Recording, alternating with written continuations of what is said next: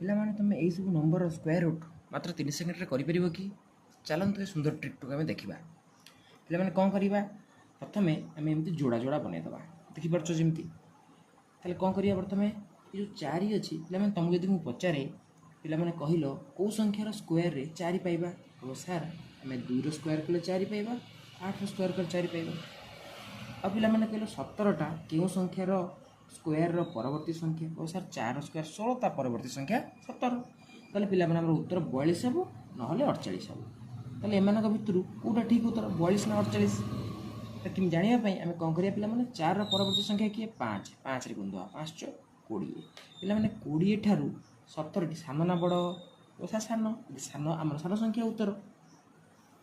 ଠିକ୍ ସେଇଭଳି ପିଲାମାନେ ଏଟା 1ଟା କାହାର ସ୍କୋୟାର କଲେ 1 ପାଇବା? ଓ ସାର୍ 1ର ସ୍କୋୟାର କଲେ 1 ପାଇବା, 9ର ସ୍କୋୟାର କଲେ 1 ପାଇବା।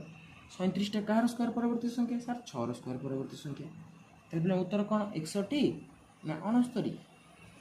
ଓ ସାର୍ ଆମେ ଜାଣିବା ପାଇଁ 6ରେ 7 ଗୁଣିଦେବା, 6 7 42। ଆଚ୍ଛା 42 ଠାରୁ 37ଟା ସାନ ନା ବଡ଼? ଓ ସାର୍ ସାନ, ସାନ ଆମର ସାନ ସଂଖ୍ୟା ଉତ୍ତର 61।